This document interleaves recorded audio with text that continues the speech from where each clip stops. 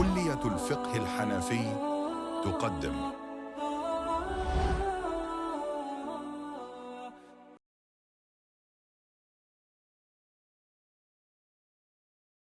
Bismillahir Rahmanir Rahim. Alhamdulillah wassalatu wassalamu ala Rasulillah.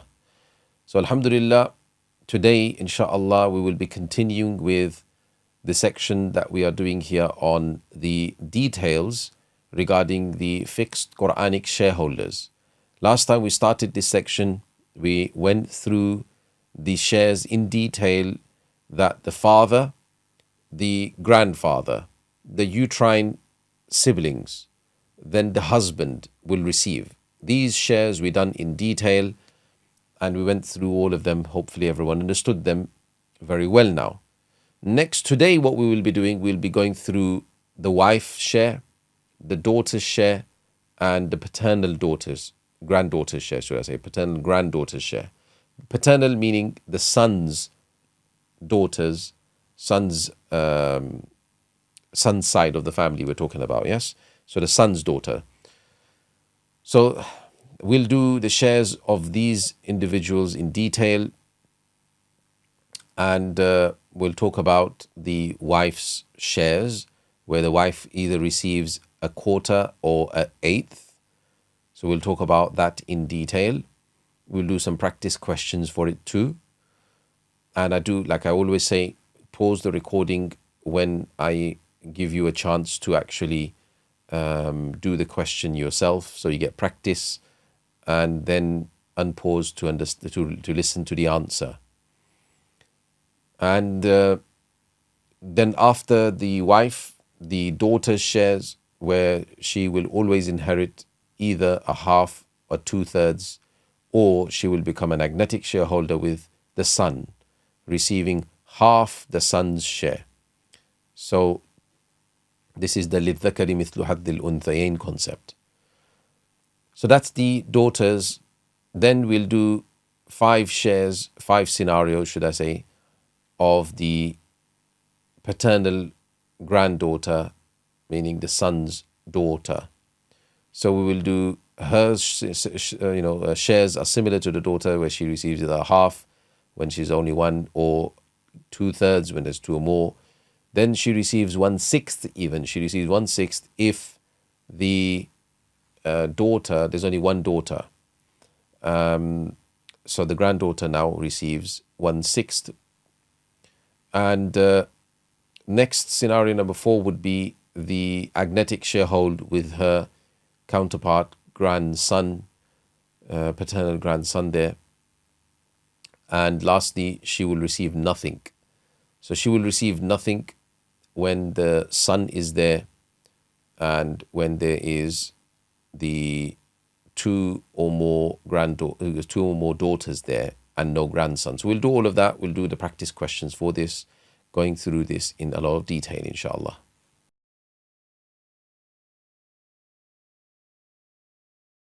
Bismillahir Rahmanir Rahim.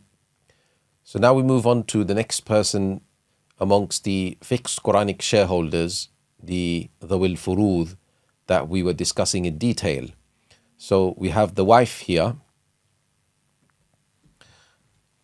Some key points before we move on to her actual scenarios. Firstly, remembering that she has 2 scenarios only, just like the husband. But the difference is that the wife will always inherit the minimum of 1/8 in the comparison to the husband receiving a quarter at least. Third thing, just like the husband, she will inherit 1/8, meaning obviously husband receiving a quarter in this scenario, but she is receiving 1/8 if children of the deceased are alive, and a quarter if there are children not alive, in comparison to the husband was receiving a quarter and a half, if you remember, yes?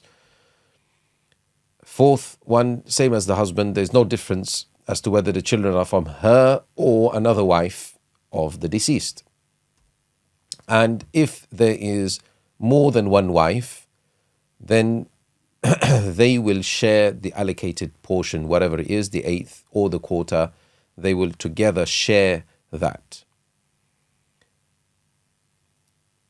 Not that they will receive a quarter each. That's the point. Okay, hopefully everyone understands this.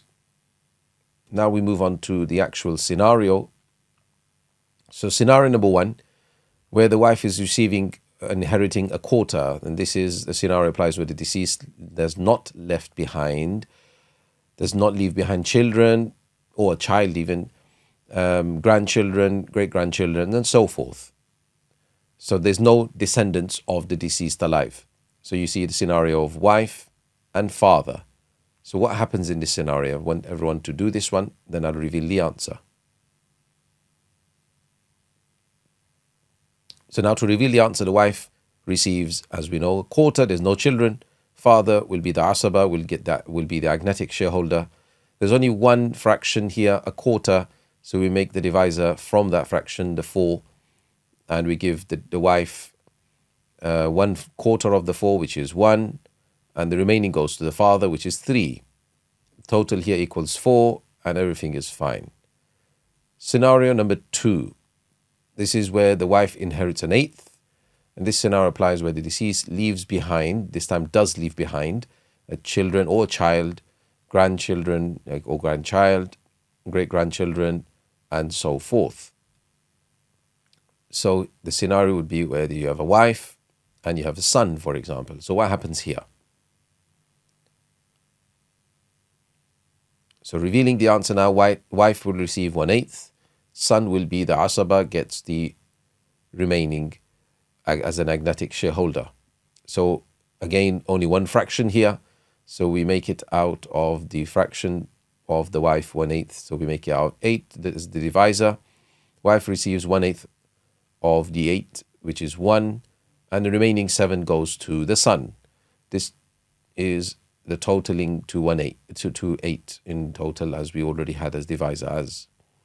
So this is obviously an amount that we will divide the estate of the deceased into, as we've understood previously. So now just do some questions, practice questions. So what happens in these scenarios? Let's do them together. So if there's a wife, father, and son, grandson, meaning the son's son. So what happens here?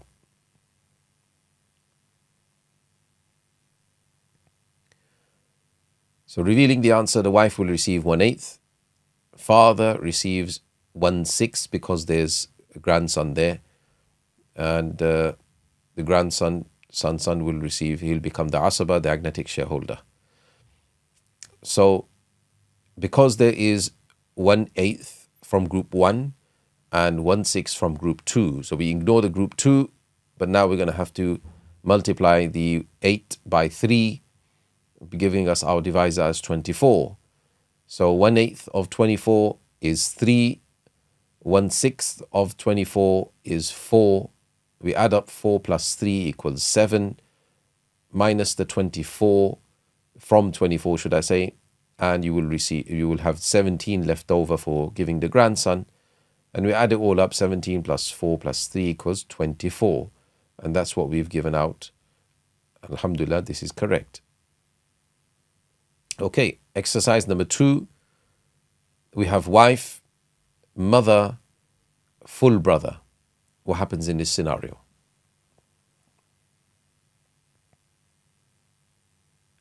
So revealing the answer, wife, because there's no children, will get a quarter. Mother, because there are no children again, and there's also only one sibling, so that's why mother gets 1/3. And a full brother will become the asaba, the agnatic shareholder. So we have a quarter, which is from group 1, and we have 1/3, which is from group 2. So we ignore group 2, we go to the quarter, that we use the 4 multiplied by 3, gives us our divisor of 12. And quarter of 12 is 3 for the wife's share. 1/3 of 12 is 4 for the mother's share.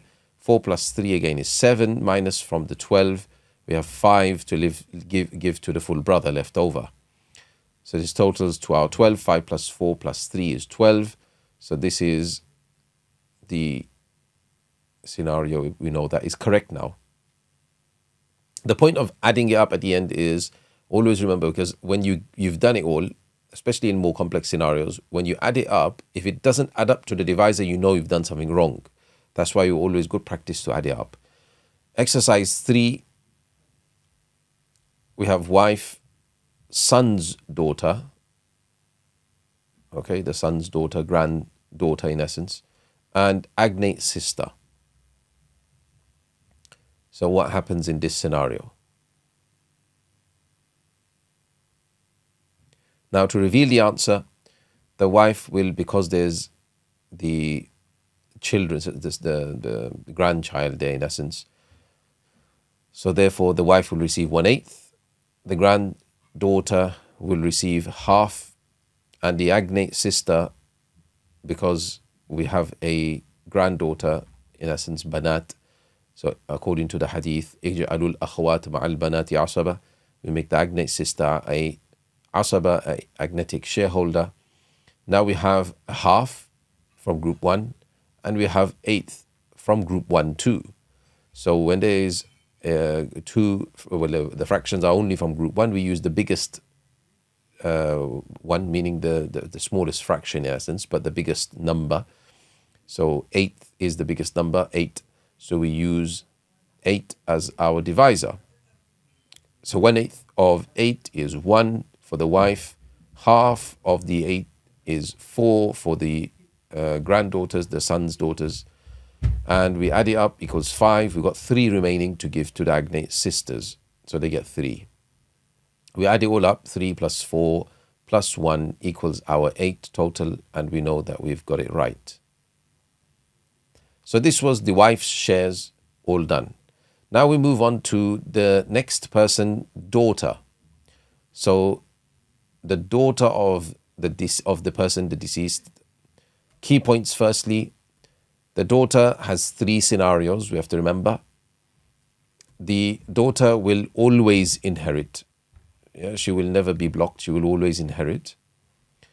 When sons are also alive, meaning this daughter's sibling, the son of the deceased, the daughter will inherit half of what the son inherits. So whatever the sons inherit, they will get half of that.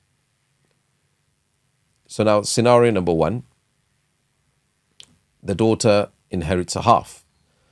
This scenario applies when the deceased does not leave behind a son, and that's it really. So when there's no son, what happens? So let's say there's a daughter here and there's a brother. What happens in this scenario?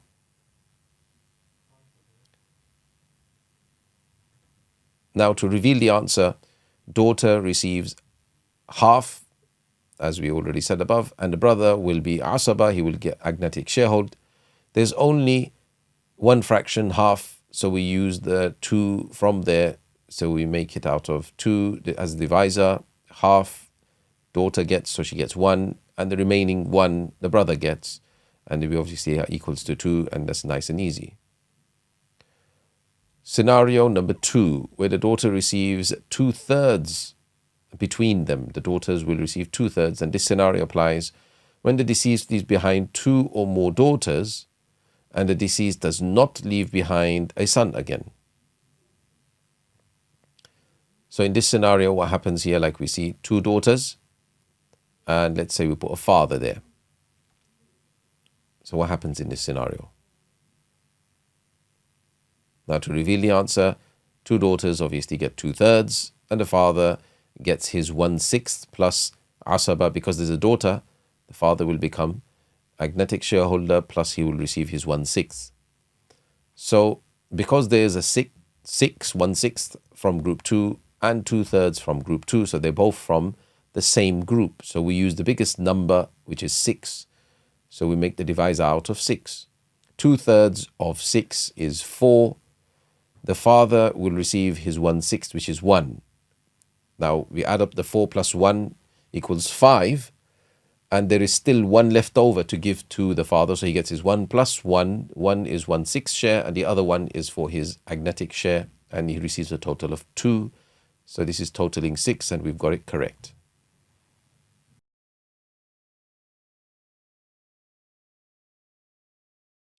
Now moving on to example number 2. The scenario here we have is 3 daughters and a father. So what happens in this scenario?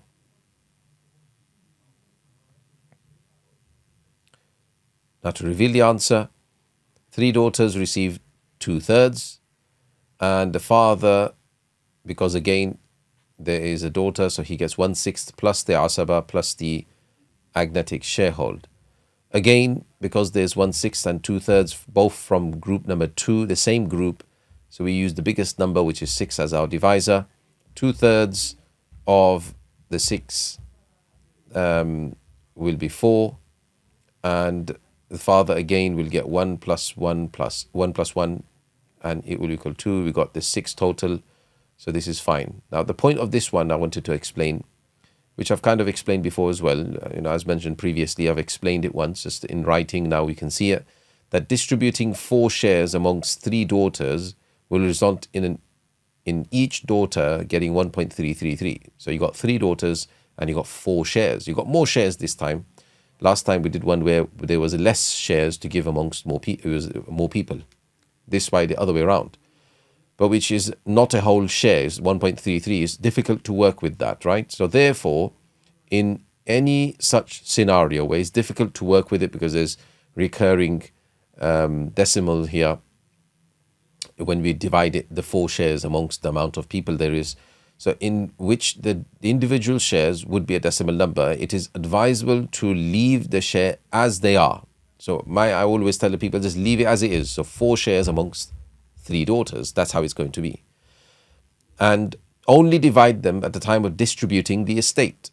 So it's very easy. Even if you didn't have the estate, all you have to say is that the 3 daughters, they will share amongst themselves 4 out of 6 shares. It's very simple. And then they will work that out for themselves. They will distribute it amongst each other when it comes to distributing the actual estate, because practically you're going to distribute the estate. Generally speaking, it's going to be money or something is going to be distributed. It's not going to be like shares or something that's going to be distributed of this, practically speaking. So in the above scenario here, we have the 4 sisters, the 4 sisters for the 3 daughters, sorry, 4 shares, should I say. The 4 shares for the 3 daughters will be left as 4 shares during calculation. And then at the time of distribution of the estate, the monetary value of the 4 shares will be shared equally amongst the 3 daughters. So that's how they will do it. Obviously, they will get 4 shares amongst each other. And when you have a load of money, you have a certain amount of money, then that money will be easily be able to divide amongst the 3 daughters. So that's how it will work. Moving on, scenario number 3.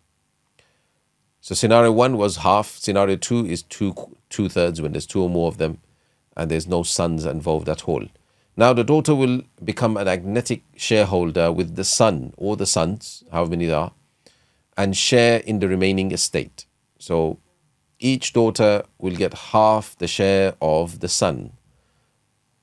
So this scenario applies when the deceased leaves behind a sons and obviously and daughters. So let's see, we have daughter here and we have a son. So the daughter will be a agnatic shareholder, asaba, and son will also be asaba, agnatic shareholder. So the daughter will get half of son and the son will get double of daughter. Okay, so we simply make it out of the number of individuals, the divisor. So remember, we count the sons as 2 because we need 2 shares, double the share for him. So we count the sons as 2 and the daughter as 1. So we got 3, in essence, 3 individuals here. We only got 2 people really, but we got 3 shares to give out, so we need 3. So we just make the divisor out of 3, nice and easy. The daughter gets the 1 and the son gets 2. So there we've given son double and we've given daughter half. And that's the easiest way to make this scenario, totaling 3 as our divisor was, so it's correct. So let's do some practice questions now. What will the shares be of the daughter in these cases? So let's do them. So if there's a wife, daughter, and father, what happens in this scenario?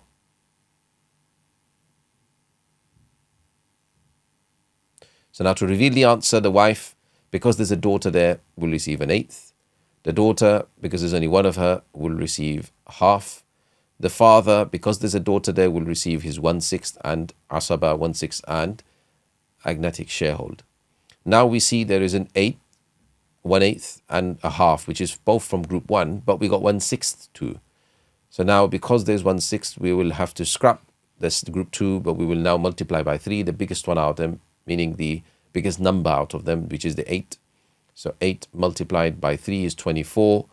So we will see 1/8 of 24 is 3 shares for the wife, half for the daughter out of 24, which is 12. 12 plus 3 is 15. And 24 minus that 15 remaining.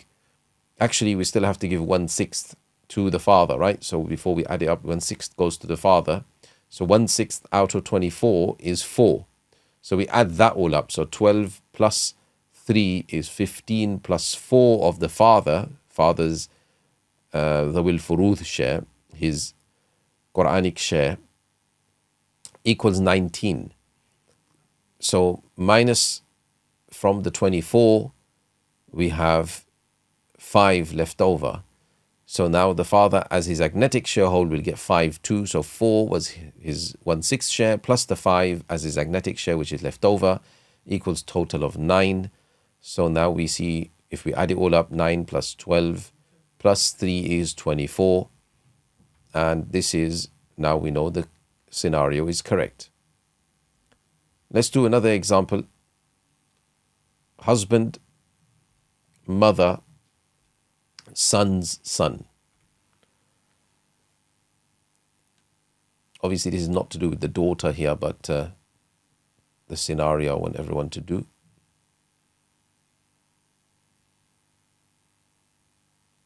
Now, to reveal the answer, the husband will receive a quarter because there is a son there. There's the son there, so husband will receive, instead of a half, he'll receive a quarter. Mother will receive, because there's a son there, will receive a 1/6. And the son will become the asaba agnatic shareholder. Now we got a quarter and 1/6. And quarter is from group 1, 1/6 from group 2. So we use the 4 from the quarter, multiply it by 3, gives us divisor of 12. Husband's share is a quarter of that 12, which is 3. Mother gets 1/6 of 12, which is 2. So we add that up, is 5. 3 plus 2 is 5. Minus from the 12, we have 7 left over to give to the son, the grandson. This equals our 12 that we were correct on. Exercise 3, husband, daughter this time, and son. What happens in this scenario?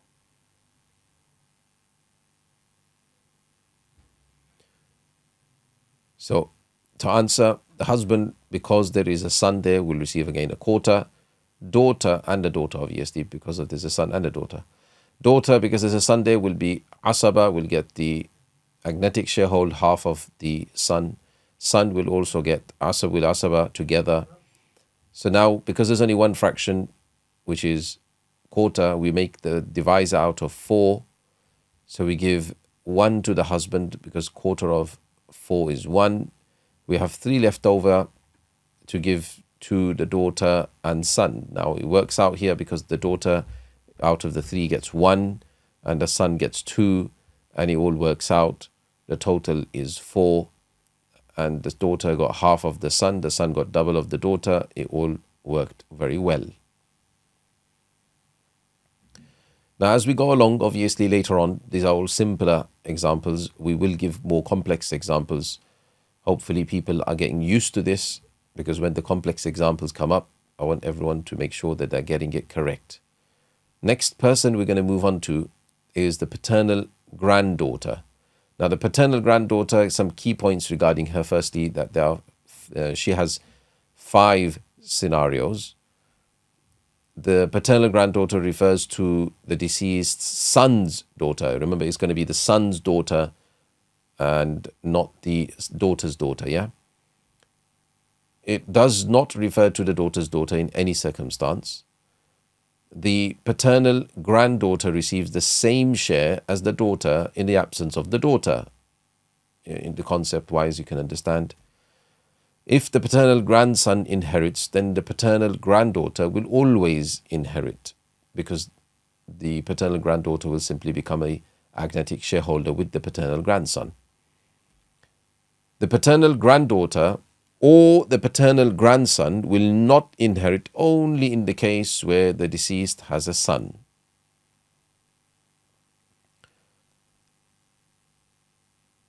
So obviously there will be another scenario which we will talk about afterwards as well.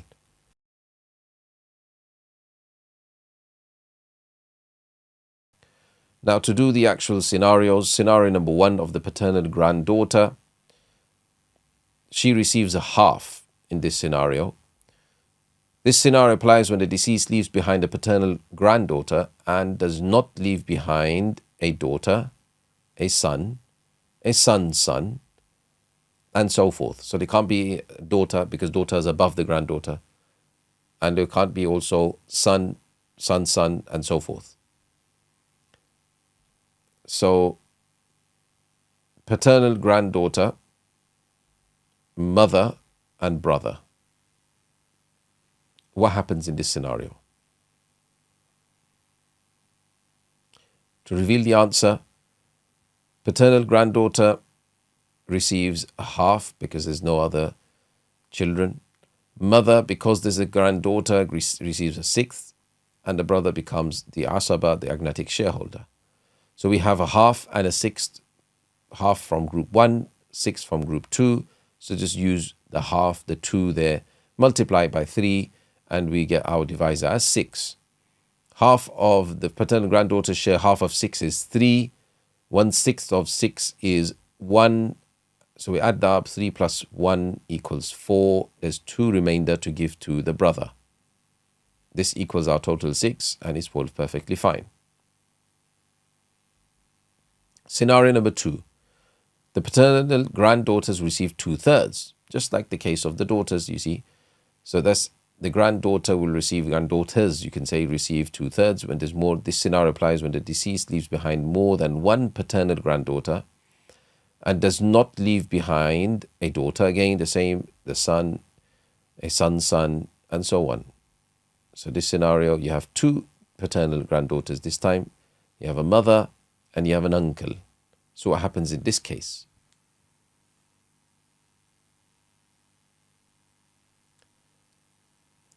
So revealing the answer, granddaughters, paternal granddaughters receiving 2/3. Mother receive, because there's a daughter, granddaughter receives a sixth, and the uncle becomes the asaba.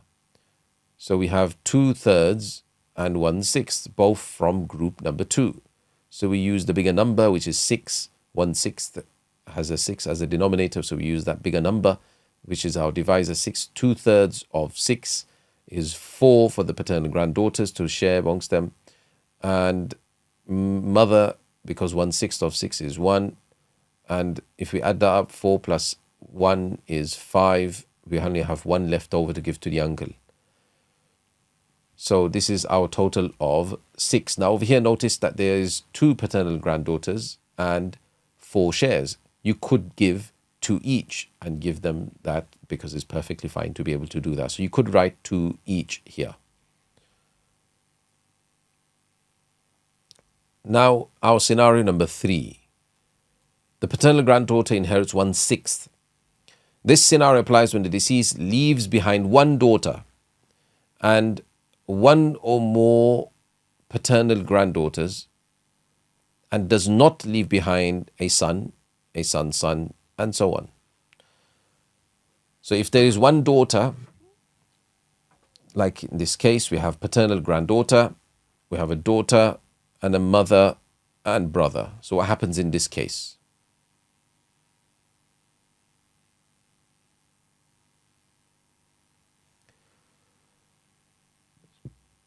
So we have 1/6 for the paternal granddaughter because the daughter is there.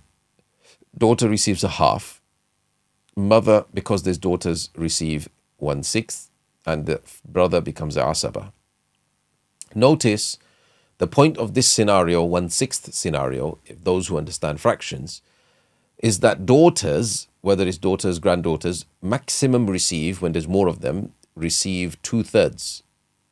So the half plus the 1/6 that a granddaughter is getting, the half of the daughter and the 1/6, if you add it up, this is 2/3. So this is why she's receiving that 1/6, because she is just taking the share of the daughters, the max, that was allowed 2/3. So this is what she's taking. So now we see the fractions. There is 1/6, two of them, and there's half. So there's two different groups here. So we use the half from group 1. We multiplied that by 3. We get our divisor as 6. So 1/6 of 6 is 1. Half of the 6 is 3. 1/6 again for the mother of 6 is 1. We add that all up. 3 plus 1 is 4 plus 1 is 5. We have 1 left over to give to the brother. That is totaling our 6, and we're all okay. So this was scenario number 3. Now scenario number 4. The paternal granddaughter, or that granddaughters, if there's more of them, will become an agnetic shareholder with the paternal grandson or grandsons and share in the remaining estate. Each granddaughter will receive half the share of the grandson. So this scenario applies when the deceased leaves behind a paternal granddaughter or granddaughters and paternal grandson or sons, and does not leave behind a son. And that's it. So let's see. Note that if daughters are alive, if in this scenario the daughter is alive, they will receive their share, and then the paternal grandchildren will receive the remaining estate, with the grandson getting twice the share of the granddaughter. So if the daughter's alive, she will get her half, or if there's more of them, they will get 2/3. And then this granddaughter and the grandson will become asaba together, will receive agnetic sharing a ratio between the two of them of 2:1. So anyway, let's do scenarios. We have scenario number 4. We just do a daughter here. We'll do two paternal granddaughters, a paternal grandson. So what happens in this scenario? So revealing the answer, the daughter receives a half, and the paternal granddaughters become asaba, agnetic shareholders, and the paternal grandson is also the asaba with her. Now we only got half. We only got the half fraction, so we use the 2 as our divisor. We give half, meaning 1, to the daughter, and the other 1 will be shared between the paternal grandson and paternal granddaughters. So they will share the 1. Now again, as we've understood previously, it's going to be hard to break that up into, we need 4 portions here, because we need 2 for the granddaughters, but the grandson also, we count him as double. So there's grandson is like 2 people, and we actually physically have the granddaughters being 2. So there's 4 shares needed from that 1. Obviously, you can't do that. So we leave it as it is. We tell them that they will be sharing amongst themselves as a ratio of 2:1, that 1 that it's there. Later on, obviously, when you're dividing the estate, if that 1 is, for instance, £4,000, because the deceased left behind £8,000, for instance, the daughter received 4,000, the other half, the 4,000, went between these grandchildren. So that £4,000 will be easy to divide. We give £1,000 to each granddaughter and £2,000 to the grandson, and it's nice and easy. So this is why it's easy to work with the money, the estate itself. So keeping the fraction or keeping the numbers as whole at this moment in time without dividing it amongst them each is easier. So we leave it like that. So this is our total equaling 2. So everything is correct. Now, our scenario number 5, where the paternal granddaughter does not inherit. So she will be blocked from inheriting. This scenario applies when the deceased leaves behind a son. So as soon as there's a son, paternal granddaughter gets nothing. Or two or more daughters and no grandson. So if there are two or more granddaughters, daughters. So if there are two or more daughters, they're receiving that 2/3 share already. There's nothing, you can't give that 1/6 share to the granddaughter here because there's nothing left from the 2/3 to give. So the only way she will get reinstated if the grandson, meaning her, sibling in essence, the grandson is alive. So if the grandson is alive, because the grandson becomes asaba, he'll reinstate her and she will also become asaba with him. So this is why two or more daughters alive and no grandson alive. Because if the grandson was alive, she won't get blocked, she won't receive nothing, she will still receive as a asaba, as a agnatic shareholder. So let's do an example. 3 paternal granddaughters, a son and a brother. What happens in this scenario?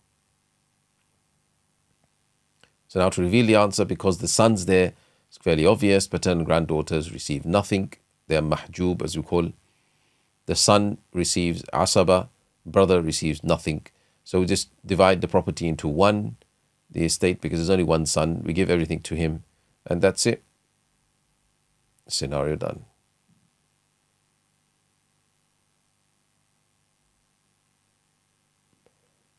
Example 2. Paternal granddaughter, 2 daughters and a brother. What happens in this scenario? To reveal the answer, again, the granddaughter, because there's 2 daughters, granddaughter cannot receive anything, so she is mahjub, she is not getting anything, blocked. 2 daughters get the 2/3. Nothing left to give to the granddaughter. And the brother becomes the asaba, the agnatic shareholder. So we have one fraction, 2/3. We make the divisor into 3. 2/3 of 3 is 2 for the daughters, and the brother receives the remaining 1. So this is total 3, and everything is correct.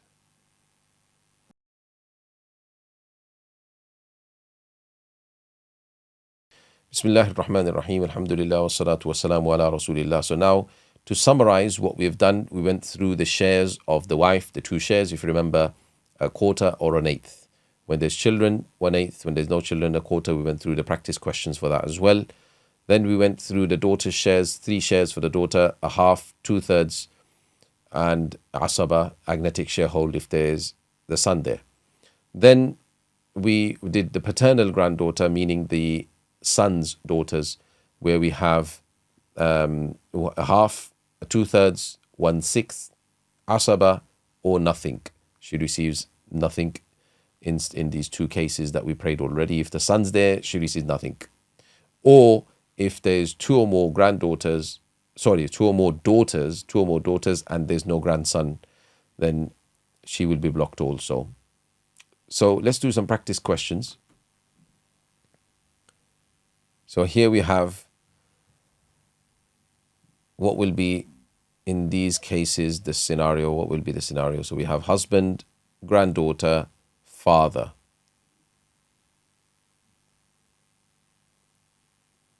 To reveal the answer, husband receives a quarter, granddaughter receives the half. Husband receives a quarter because of the granddaughter. Granddaughter, because there's only her, she'll receive half.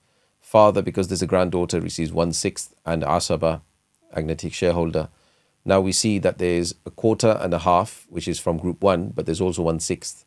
So we have to use the bigger number, the 4, husband's quarter, 4, multiply that by 3, we see the divisor is 12. So a quarter of 12 is 3, half of 12 is 6. Then the father gets 1/6 of the 12, which is 2. So we add that all up. 6 plus 3 is 9, plus 2 is 11. So we only have 1 left to give to the father as his agnatic sharehold. So 2 plus 1 equals 3 as his total share. This all equals to 12. So we know that we are correct. Example number 2, exercise 2, should I say, daughter, granddaughter, grandson. What happens in this case? Now to reveal the answer, daughter gets her share half. Granddaughter and grandson become asaba, agnatic shareholders. So we only got half, so we make the scenario out of 2. We give 1 to the granddaughter. We allow them to share that 1. And we keep it like that. Exercise 3.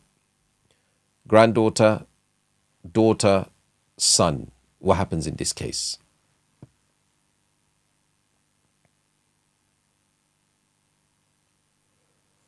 So revealing the answer, granddaughter, because there is a daughter and a son. The main thing is the son there. There's a son there, granddaughter straight away gets nothing, she gets blocked. Daughter and son will receive asaba between them two. So now we consider them to be 3 individuals, son as 2, daughter as 1. So there's 3, we make the divisor out of 3. We give 1 to the daughter and 2 to the son, and we've given our 3 shares out.